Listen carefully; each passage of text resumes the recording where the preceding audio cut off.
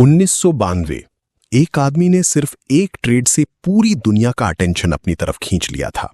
कोई normal trader नहीं, कोई यूट्यूब गुरु नहीं, कोई इंडिकेटर सेलर नहीं, बल्कि एक ऐसा इंसान जिसे बाद में दुनिया ने नाम दिया the man who broke the bank of England. Imagine करो, एक तरफ पूरी ब्रिटिश गवर्नमेंट अपनी करेंसी को बचाने की कोशिश कर रही थी, सेंट्रल बैंक्स प्रेशर में थे, फाइनेंशियल मीडिया पैनिक में थी, और दूसरी तरफ एक ट्रेडर क्वाइटली मार्केट को ऑब्जर्व कर रहा था, बिना इमोशंस के, बिना नॉइस के।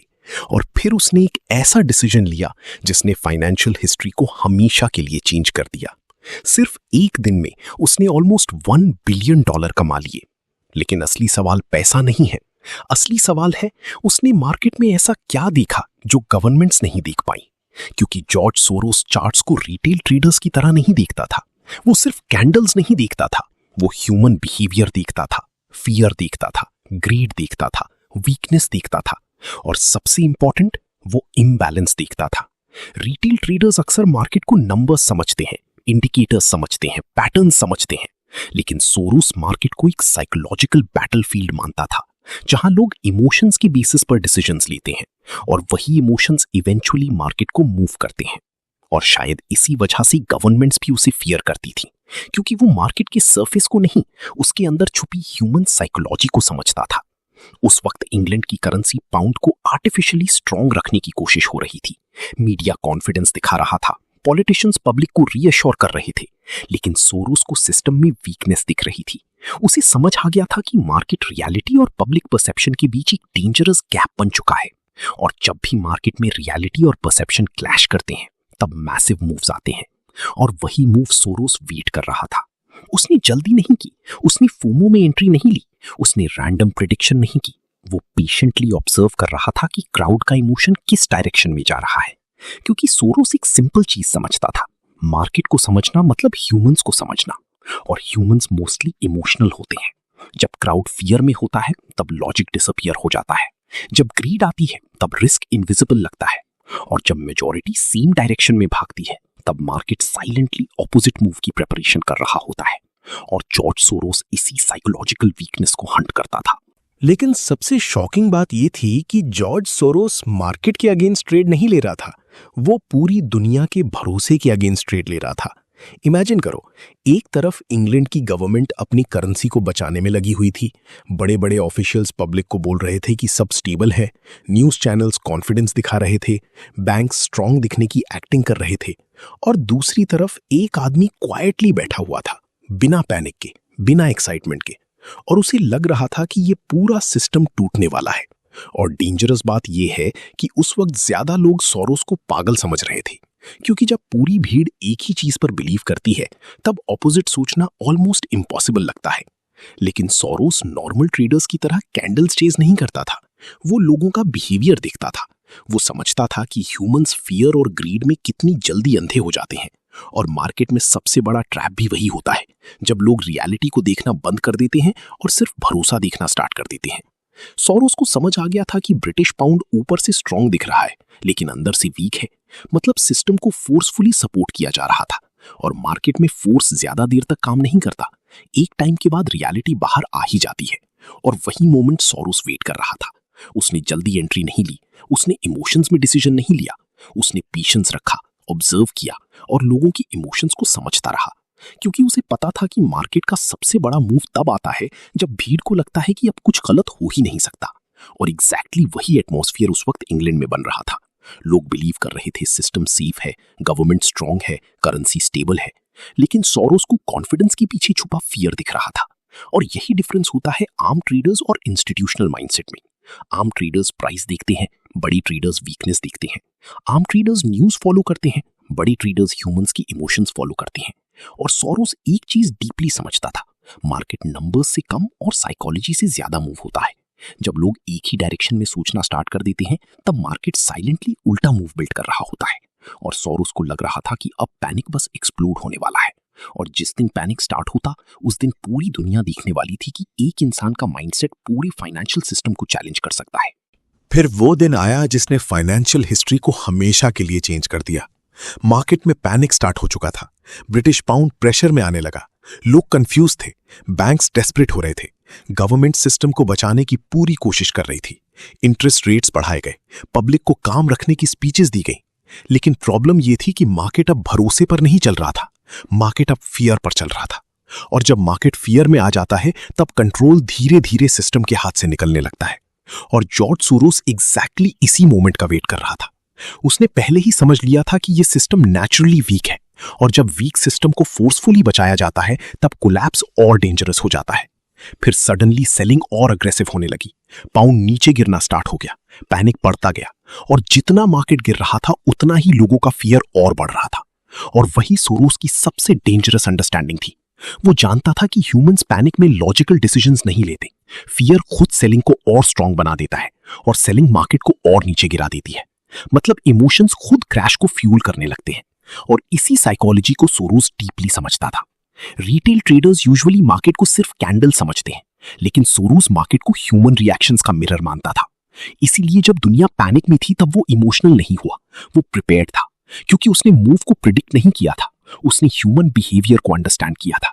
और फिर कुछ ही टाइम में ब्रिटिश गवर्नमेंट को फाइनली गिव अप करना पड़ा, पाउंड कोलैप्स कर गया, और एक ही दिन में जॉर्ज सोरोस ने ऑलमोस्ट $1 बिलियन कमा लिए। लेकिन असली शॉकिंग चीज पैसा नहीं थी। असली शॉकिंग चीज ये थी कि एक ट्रेडर ने पूरे सिस्टम की वीकनेस को गवर्नमेंट से पहले देख लिया था। और यही रीजन है कि लोग उसे सिर्फ ट्रेडर नहीं मानते, बल्कि मार्केट साइकोलॉजी का मास्टर मानते हैं। क्योंकि सोरोस एक सिंपल चीज समझता था, जब भीड़ इमोशंस में चलती है तब रियलिटी इवेंचुअली सबको फोर्सफुली दिखती है।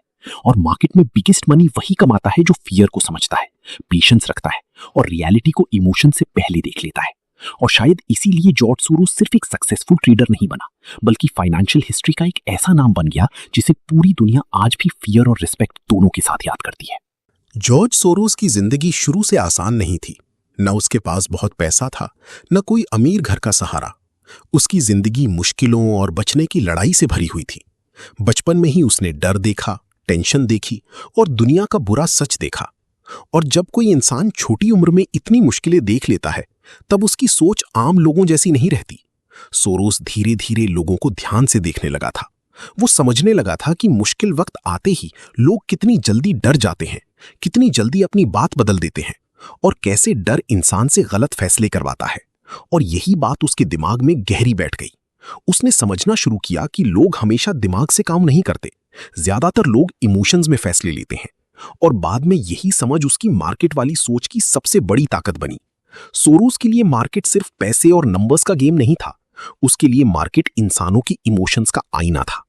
जब लोग बहुत ज्यादा एक्साइटेड होते हैं तब मार्केट तेजी से ऊपर भागता है, और जब लोग डर जाते हैं तब वही मार्केट बुरी तरह नीचे गिरने लगता है। और सोरोस धीरे धीरे इसी चीज को समझ रहा था। उसकी जिंदगी में स्टेबिलिटी कम थी और अनसर्टेनिटी ज्यादा थी।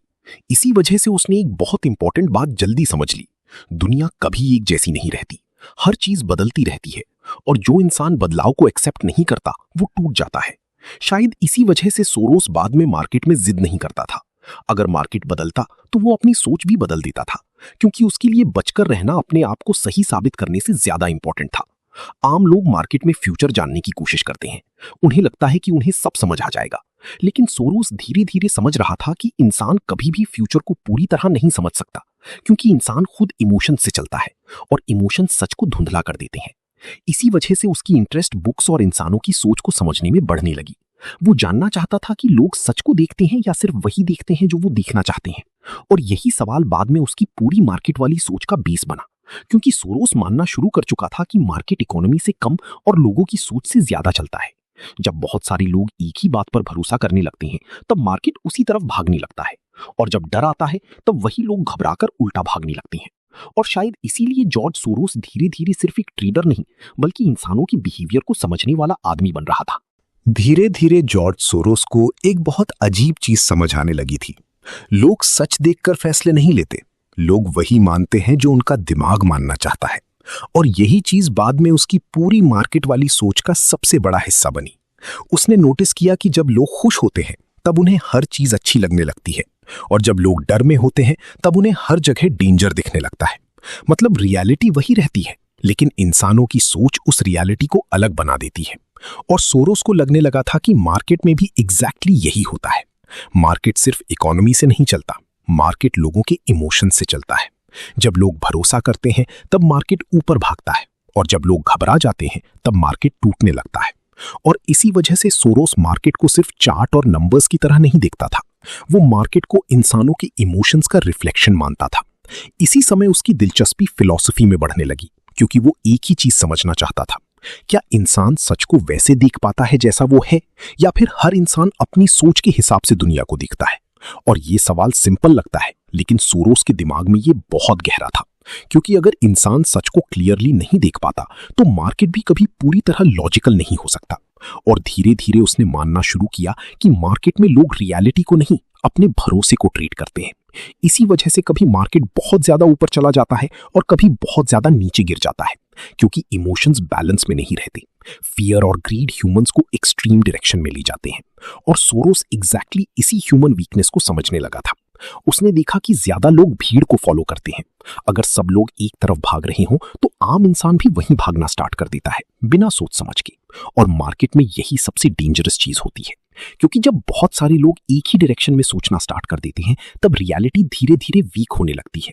लेकिन इमोशंस की वजह से किसी को वो वीकनेस दिखाई नहीं देती, और शायद इसी वजह से सोरोस हमेशा लोगों के इमोशंस को मार्केट से ज्यादा इंपॉर्टेंट मानता था, क्योंकि उसके हिसाब से मार्केट को समझने का मतलब था इंसानों की डर, लालच और बिहेवियर को समझना। और धीरे धीरे उसकी सोच एक नॉर्मल ट्रेडर से बिल्कुल अलग होती जा रही थी। मार्केट में सबसे बड़ा डेंजर गलत होना नहीं है, सबसे बड़ा डेंजर है अपने आप को हमेशा सही समझना। और यही चीज उसे आम ट्रेडर से अलग बनाती थी। ज्यादातर लोग मार्केट में अपनी बात को प्रूव करना चाहते हैं। अगर उन्होंने बाई लिया तो वो चाहते हैं मार्केट ऊपर ही जाए, अगर सेल लिया तो वो चाहते हैं मार्केट नीचे ही जाए। और फिर धीरे धीरे वो अपने इमोशंस के गुलाम बन जाते हैं। लेकिन सोरोस का मानना था कि इंसान नेचुरली गलत हो सकता है, क्योंकि दुनिया कॉन्स्टेंटली चेंज होती रहती है और कोई भी इंसान फ्यूचर को परफेक्टली नहीं समझ सकता। इसी वजह से वो मार्केट में अपनी सोच से चिपक कर नहीं बैठता था। अगर मार्केट उसके अगेंस्ट जाता तो वो जल्दी एक्सेप्ट कर लेता कि शायद वो गलत है। और यही चीज उसकी सबसे बड़ी ताकत थी, क्योंकि मार्केट ईगो वाले लोगों को बहुत जल्दी तोड़ देता है। सोरोस के लिए सरवाइव करना इंपॉर्टेंट था, अपने आप को इंटेलिजेंट दिखाना नहीं। और इसी वजह से वो इमोशंस को कंट्रोल करने की बहुत इंपॉर्टेंस देता था। उसका मानना था कि फियर और ग्रीड ही ज्यादातर लोगों को बर्बाद करते हैं। जब मार्केट ऊपर भागता है तब लोग एक्साइटमेंट में अंधे हो जाते हैं, और जब मार्केट नीचे गिरता है तब वही लोग पैनिक में सब कुछ बेच देते हैं। मतलब ज्यादातर लोग रियलिटी को नहीं, अपने इमोशंस को फॉलो करते हैं, और इसी वजह से मार्केट में बार बार सेम चीजें रिपीट होती रहती हैं। सोरोस ने यह भी समझ लिया था कि भीड़ ज्यादातर वक्त लेट होती है। जब मार्केट ऑलरेडी बहुत ऊपर आ चुका होता है तब लोग एक्साइटेड होते हैं, और जब मार्केट ऑलरेडी टूट चुका होता है तब लोग डर जाते हैं। मतलब इमोशंस हमेशा लेट रिएक्ट करते हैं, और इसी वजह से सोरोस भीड़ को ब्लाइंडली फॉलो नहीं करता था। वो ऑब्जर्व करता था कि लोग क्या फील कर रहे हैं, क्योंकि उसके हिसाब से मार्केट का असली राज चार्ट्स में नहीं, इंसानों के बिहेवियर में छुपा होता है। और धीरे धीरे उसकी पूरी सोच इसी डायरेक्शन में बढ़ रही थी।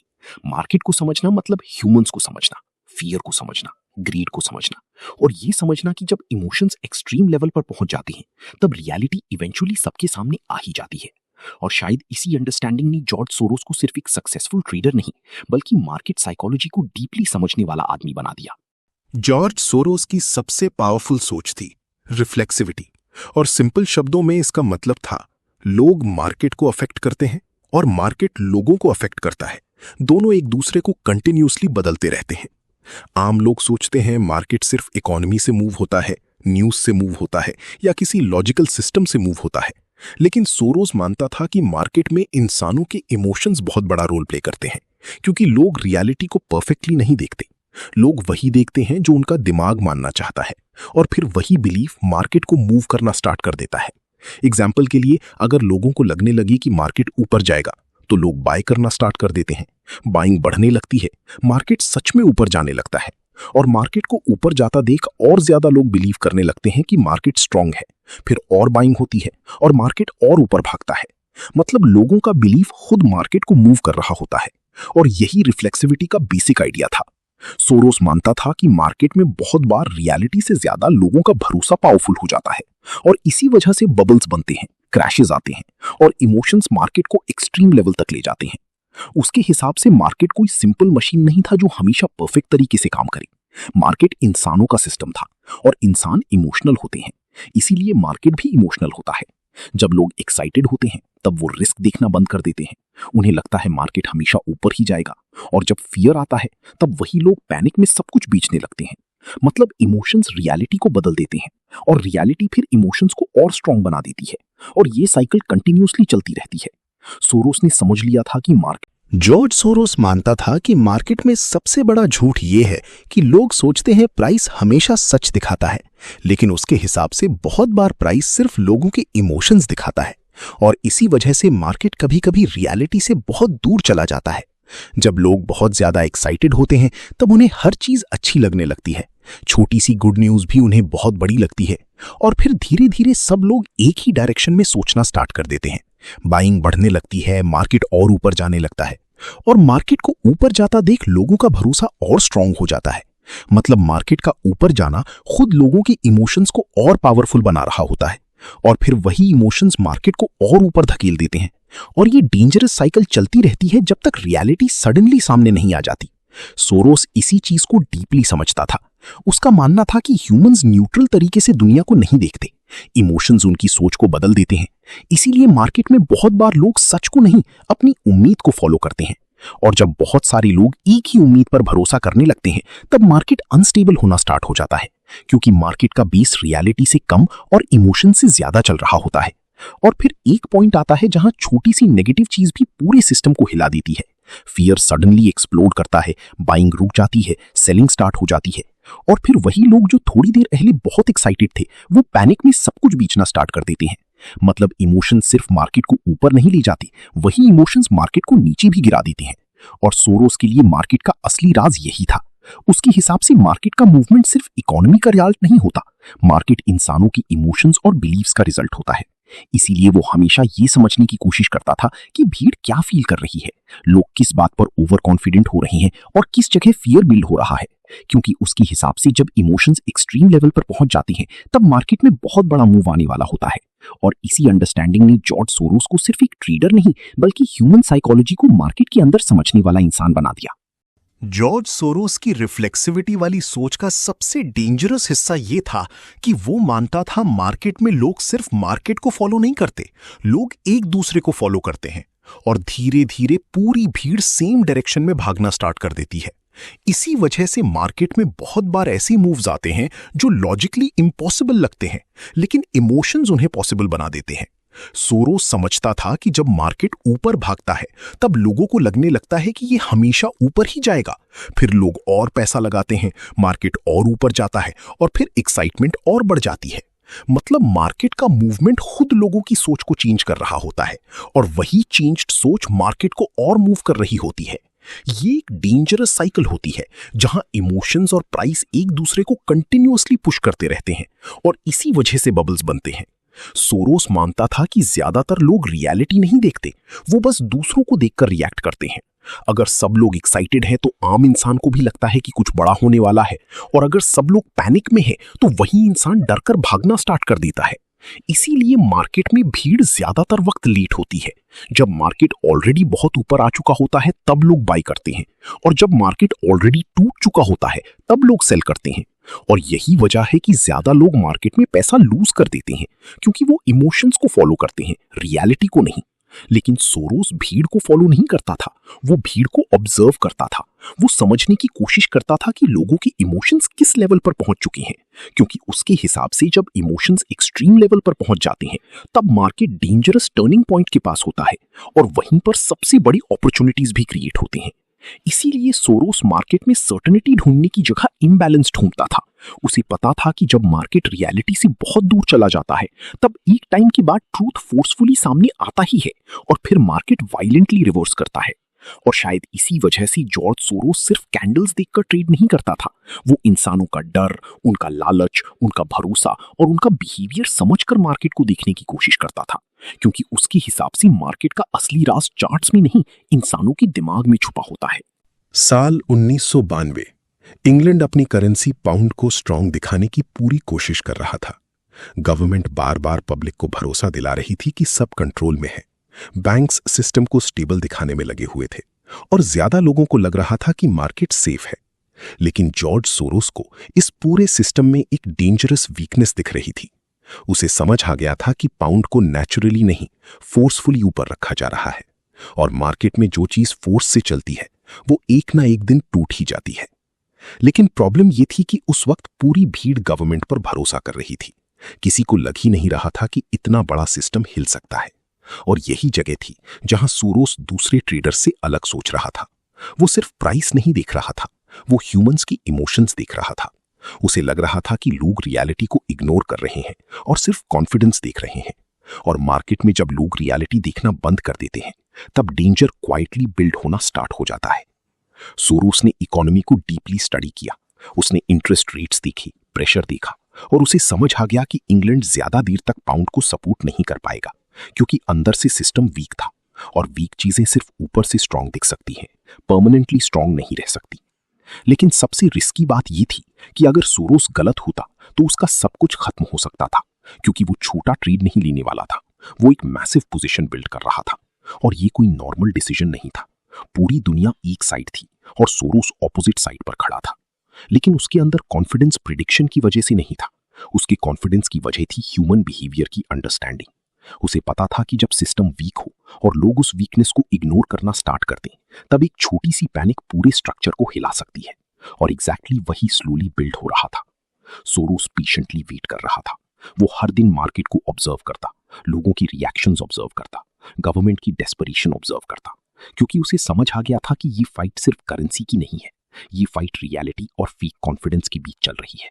और मार्केट एक टाइम के बाद हमेशा रियलिटी की साइड लेता है। और शायद इसी वजह से जॉर्ज सोरोस एक ऐसा डिसीजन लेने जा रहा था जो फाइनेंशियल हिस्ट्री का सबसे लेजेंडरी ट्रेड बनने वाला था। धीरे धीरे प्रेशर इतना बढ़ने लगा कि इंग्लैंड की गवर्नमेंट डेस्परेट दिखने लगी, लेकिन फिर भी वो पब्लिक को यही दिखाना चाहती थी कि सब कंट्रोल में है। इंटरेस्ट रेट्स बढ़ाए गए ताकि लोग पाउंड पर भरोसा बनाए रखें, बैंक्स को सपोर्ट दिया गया, स्पीचेस दी गईं, लेकिन मार्केट सिर्फ वर्ड से कंट्रोल नहीं होता, मार्केट इमोशंस और रियलिटी से चलता है। और जॉर्ज सोरोस को क्लियरली दिख रहा था कि रियलिटी गवर्नमेंट की अगेंस्ट जा रही है। उसने समझ लिया था कि सिस्टम बाहर से स्ट्रांग दिख रहा है लेकिन अंदर से टूट रहा है। और यही वो डेंजरस मोमेंट होता है जहां छोटी सी पैनिक पूरे स्ट्रक्चर को गिरा सकती है। सोरोस ने इसी वीकनेस पर अपना बड़ा दाव लगाया। उसने पाउंड की अगेंस्ट ह्यूज पोजीशन बिल्ड करनी स्टार्ट कर दी। मतलब अगर पाउंड गिरता तो वो मैसिव पैसा कमाता, और अगर सिस्टम बच जाता तो उसका बिलियंस का लॉस हो सकता था। लेकिन सोरोस ब्लाइंडली रिस्क नहीं ले रहा था। उसके पीछे डीप अंडरस्टैंडिंग थी। उसे पता था कि मार्केट में सबसे पावरफुल चीज गवर्नमेंट नहीं होती, सबसे पावरफुल चीज होती है लोगों का भरोसा। और एक बार जब भरोसा टूटना स्टार्ट हो जाए तो फिर पैनिक बहुत फास्ट स्प्रेड होता है। और एग्जैक्टली वही होना स्टार्ट हो रहा था। मार्केट धीरे धीरे पाउंड को रिजेक्ट करना स्टार्ट कर रहा था। सेलिंग प्रेशर बढ़ने लगा, और जितना गवर्नमेंट उसे बचाने की कोशिश कर रही थी उतना ही मार्केट अग्रेसिव होता जा रहा था, क्योंकि मार्केट फील कर चुका था कि सिस्टम नेचुरली वीक है। और जब मार्केट किसी वीकनेस को फील कर लेता है तब फिर इमोशंस उस वीकनेस को और डेंजरस बना देती हैं। सोरोस कामली ये सब ऑब्जर्व कर रहा था।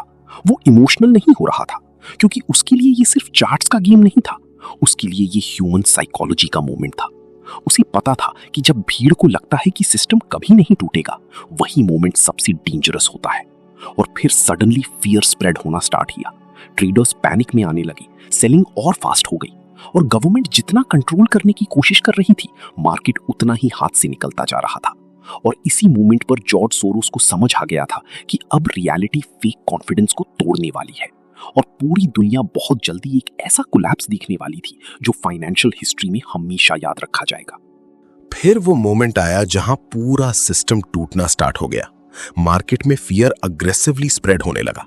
ट्रेडर्स पाउंड को बेचने लगे। प्रेशर इतना ज्यादा बढ़ गया कि इंग्लैंड की गवर्नमेंट भी कंट्रोल लूज करने लगी। बार बार सिस्टम को बचाने की कोशिश हो रही थी, लेकिन मार्केट अब किसी की बात सुनने को रेडी नहीं था, क्योंकि एक बार जब लोगों का भरोसा टूटना स्टार्ट हो जाता है तब पैनिक बहुत फास्ट फैलता है। और जॉर्ज सोरोस इसी मोमेंट का वेट कर रहा था।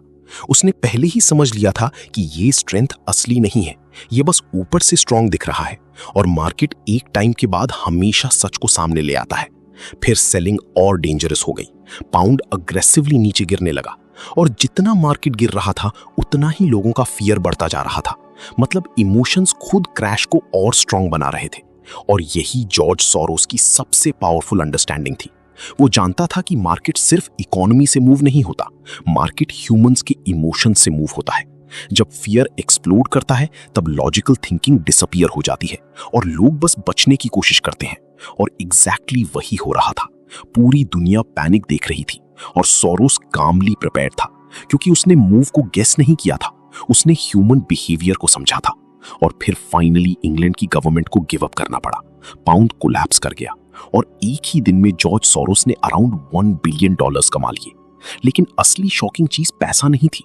असली शॉकिंग चीज ये थी कि एक आदमी ने पूरे फाइनेंशियल सिस्टम की वीकनेस को गवर्नमेंट से पहले समझ लिया था।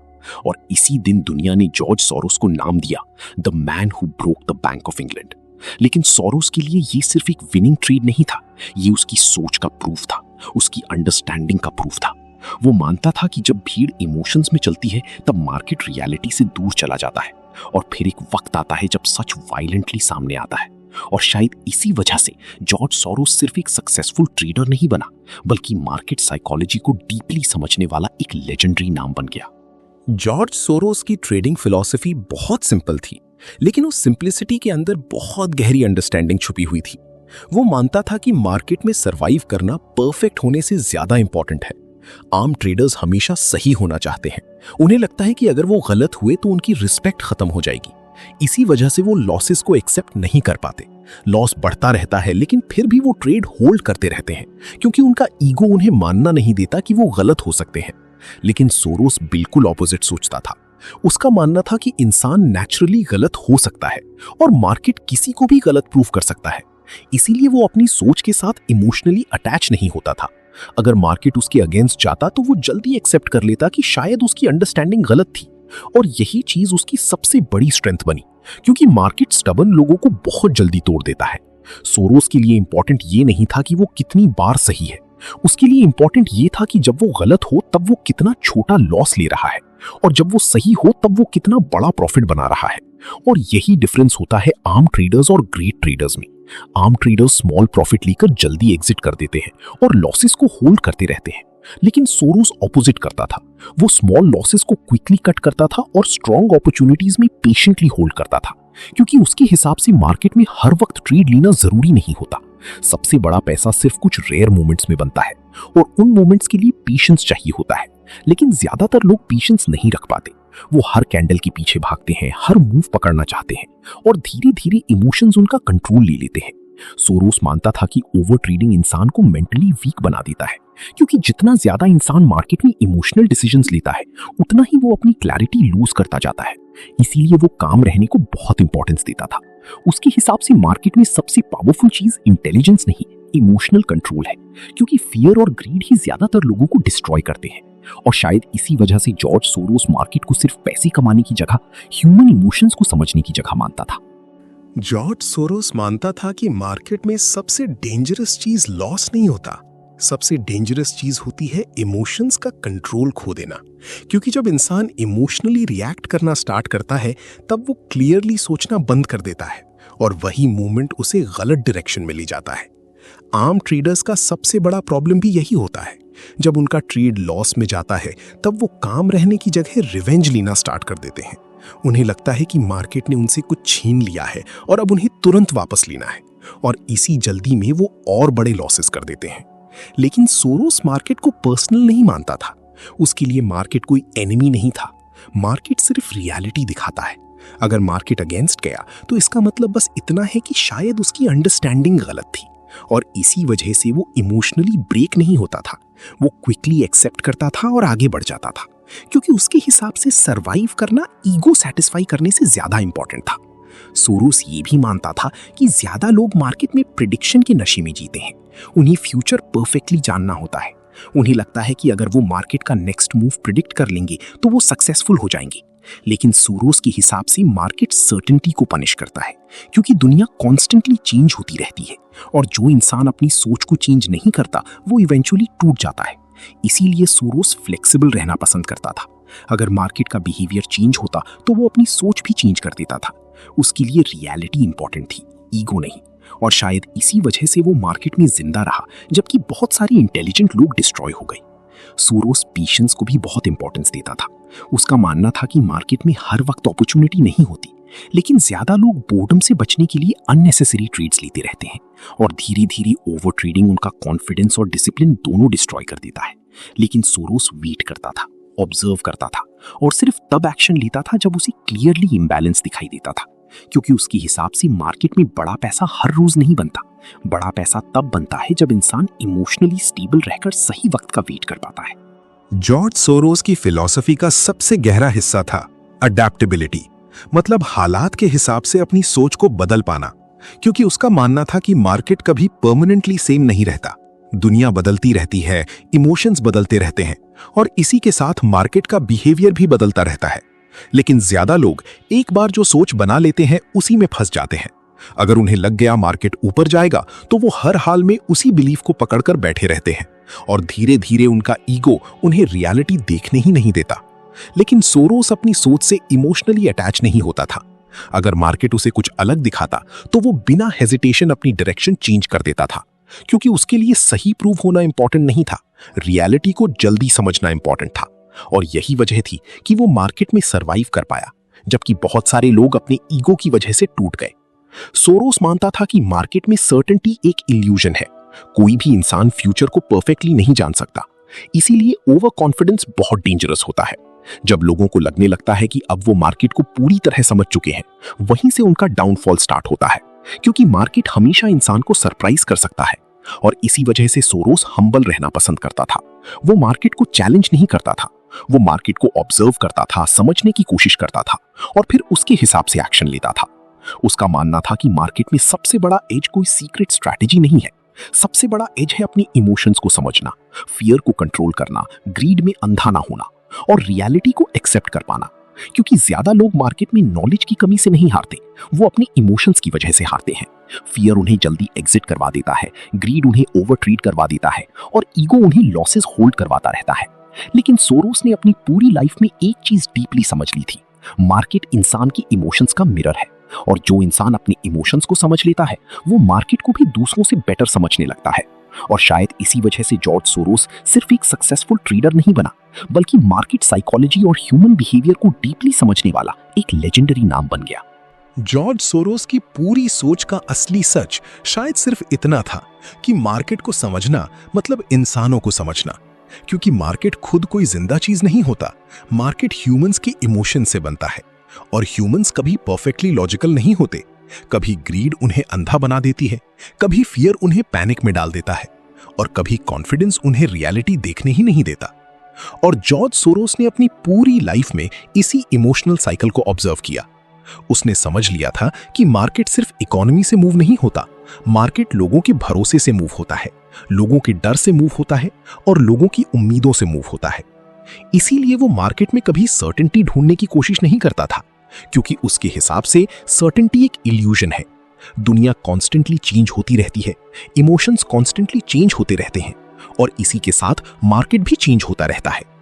लेकिन ज्यादातर लोग मार्केट में एक डेंजरस गलती कर देते हैं, वो अपनी सोच के साथ इमोशनली अटैच हो जाते हैं। अगर उन्हें लगता है मार्केट ऊपर जाएगा तो वो हर हाल में वही मानना चाहते हैं और धीरे धीरे उनका ईगो रियलिटी को ब्लॉक कर देता है। लेकिन सोरोस रियलिटी को ईगो से ज्यादा इंपॉर्टेंस देता था।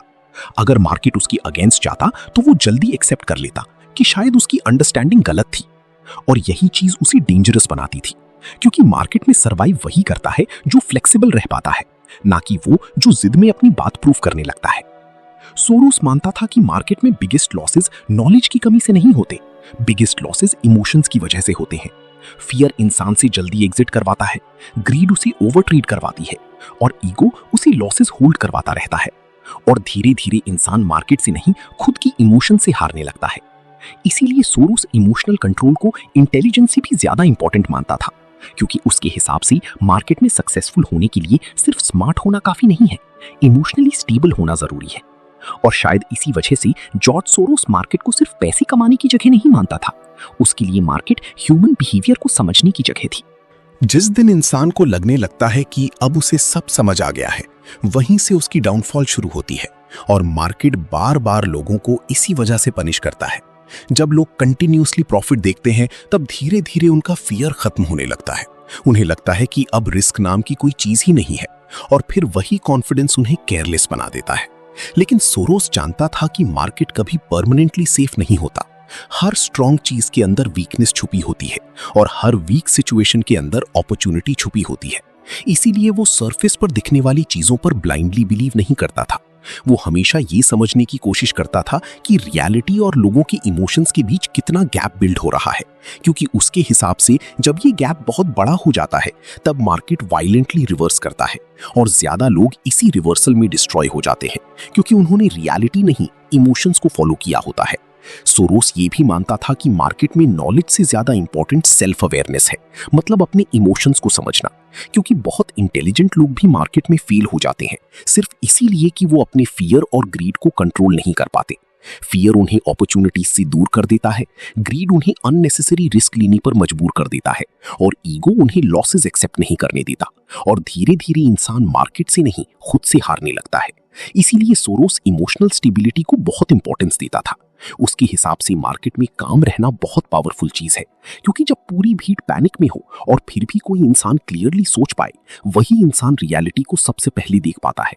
और शायद इसी वजह से सोरोस मार्केट को सिर्फ पैसा कमाने की मशीन नहीं मानता था। उसके लिए मार्केट ह्यूमन बिहेवियर को समझने की जगह थी, जहां हर मूव के पीछे इंसानों का फियर, ग्रीड, होप और पैनिक छुपा होता है। और जो इंसान इन इमोशंस को समझ लेता है, वो मार्केट को भी दूसरों से ज्यादा डीपली समझने लगता है। शायद इसीलिए जॉर्ज सोरोस की सबसे बड़ी ताकत उसका दिमाग नहीं, उसकी अवेयरनेस थी। वो मार्केट को कंट्रोल करने की कोशिश नहीं करता था, वो मार्केट को समझने की कोशिश करता था, क्योंकि उसे पता था कि मार्केट किसी एक इंसान के हिसाब से नहीं चलता। मार्केट मिलियंस लोगों के इमोशन से बनता है, और जब बहुत सारे लोग एक ही डायरेक्शन में सोचना स्टार्ट कर देते हैं, तब रियलिटी धीरे धीरे धुंधली होने लगती है। इसीलिए सोरोस भीड़ को ब्लाइंडली फॉलो नहीं करता था, वो भीड़ को ऑब्जर्व करता था। वो समझता था कि किस जगह लोग ओवर एक्साइटेड हो रहे हैं, किस जगह फियर बिल्ड हो रहा है, और किस जगह कॉन्फिडेंस रियलिटी से ज्यादा बड़ा हो चुका है। क्योंकि उसके हिसाब से मार्केट में सबसे डेंजरस मोमेंट वही होता है जब लोगों को लगने लगता है कि अब कुछ गलत हो ही नहीं सकता, और फिर सडनली रियलिटी सामने आती है और पूरी भीड़ पैनिक में टूटने लगती है। और शायद इसी वजह से सोरोस मार्केट में कभी इमोशनली अटैच नहीं हुआ। उसने मार्केट को ईगो का गेम नहीं बनाया, उसने मार्केट को ऑब्जर्वेशन का गेम बनाया। अगर रियलिटी चेंज होती तो वो अपनी सोच भी चेंज कर देता था, क्योंकि उसके लिए सरवाइव करना इंपॉर्टेंट था, अपने आप को सही प्रूव करना नहीं। और यही चीज उसे आम ट्रेडर्स से अलग बनाती थी। ज्यादा लोग मार्केट में फ्यूचर प्रिडिक्ट करने की कोशिश करते हैं, लेकिन सोरोस ह्यूमंस को समझने की कोशिश करता था, क्योंकि उसके हिसाब से मार्केट का असली राज चार्ट्स में नहीं, इंसानों की बिहेवियर में छुपा होता है। फियर मार्केट को नीचे गिरा सकता है, ग्रीड मार्केट को रियलिटी से बहुत ऊपर ले जा सकती है, और पैनिक सेकंड्स में कॉन्फिडेंस को डिस्ट्रॉय कर सकता है। और जो इंसान इन इमोशंस को समझ लेता है, वो मार्केट को भी डीपर लेवल पर समझने लगता है। शायद इसीलिए जॉर्ज सोरोस सिर्फ एक सक्सेसफुल ट्रेडर नहीं बना, बल्कि मार्केट साइकोलॉजी को डीपली समझने वाला एक लेजेंडरी नाम बन गया। और हो सकता है इस वीडियो का सबसे बड़ा लेसन भी यही हो, मार्केट को समझने से पहले खुद को समझना पड़ता है, क्योंकि मार्केट में बिगेस्ट बैटल चार्ट्स के साथ नहीं, अपनी इमोशंस के साथ होती है। और जो इंसान फियर, ग्रीड और ईगो को कंट्रोल कर लेता है, वही लॉन्ग टर्म में सर्वाइव करता है। अगर आपको ऐसी ही डीप मार्केट साइकोलॉजी और पावरफुल ट्रेडिंग माइंडसेट वाली डॉक्यूमेंट्रीज पसंद है, तो पर्सपेक्टिव टेक्स्ट के साथ जुड़े रहिए, क्योंकि यहाँ हम सिर्फ मार्केट नहीं, मार्केट के पीछे छुपी ह्यूमन साइकोलॉजी को समझने की कोशिश करते हैं।